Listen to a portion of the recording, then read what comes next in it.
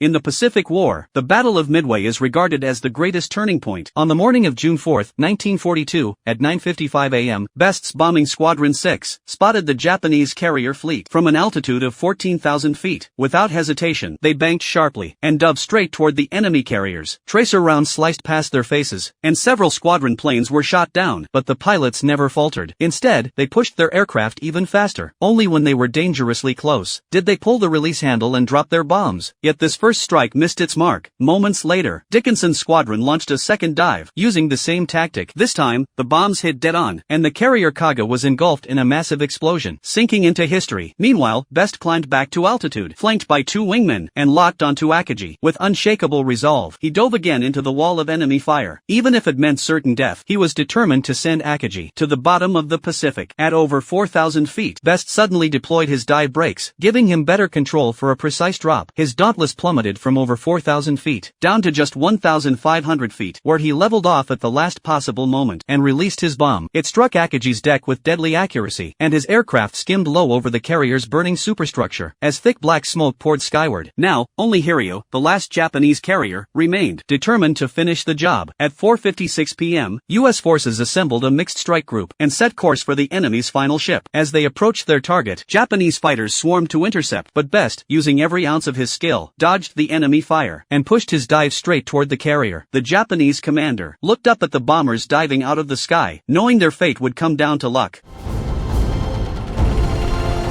This is for Pearl.